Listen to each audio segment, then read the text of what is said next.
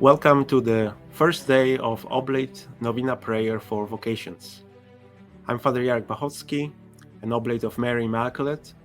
I'm Vocation Director for OMI Lacombe, Canada province.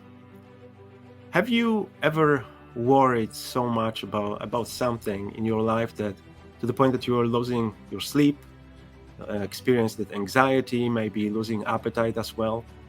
It might be something personal, maybe some health issues, maybe some worries, maybe finances, or uncertain future, or simply worrying about the life in the pandemic or the war that is happening on the other side of the world.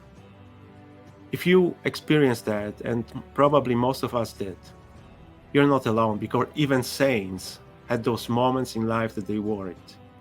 Saint Eugene de Mazenot come to us as an example how he dealt with it, how he dealt with the moments of anxiety and worries.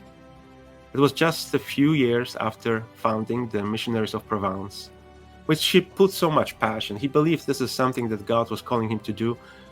There erased and many different challenges, like among the oblates, among the members of the congregation, but as well from the outside sources.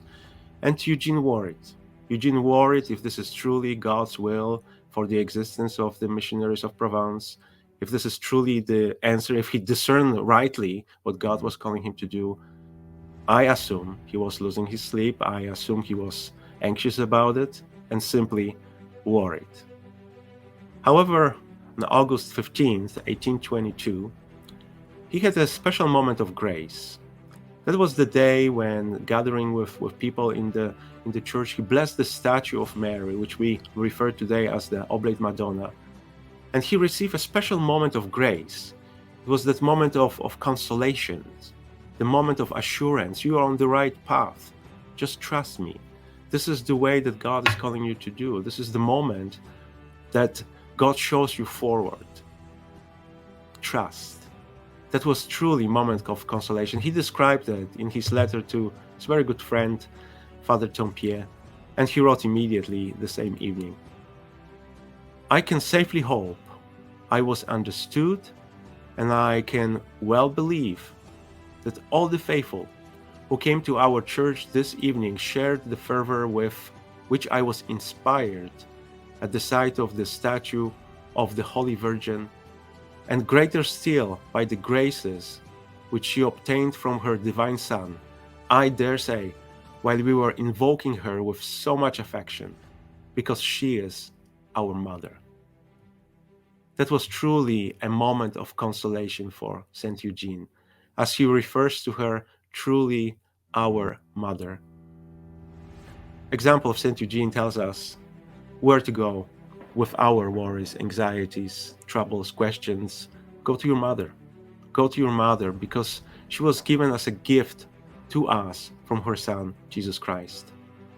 The reading for today brings us back to the upper room. The apostles, after ascension, were entrusted with a great commission, and it was time between. They weren't sure what's going to happen. The Pentecost didn't happen yet. They went up to the upper room, locked up the doors, and worried with anxiety, uncertain future. And interestingly, as the reading says to us today, then the apostles returned to Jerusalem from the hill called the Mount of Olives, a Sabbath day's walk from the city. When they arrived, they went upstairs to the room where they were staying. Those present were Peter, John, James and Andrew, Philip and Thomas, Bartholomew and Matthew, James son of Alphaeus, and Simon the Zealot, and Judas son of James. And they stayed there, and they worried. But there's one more line in that reading today.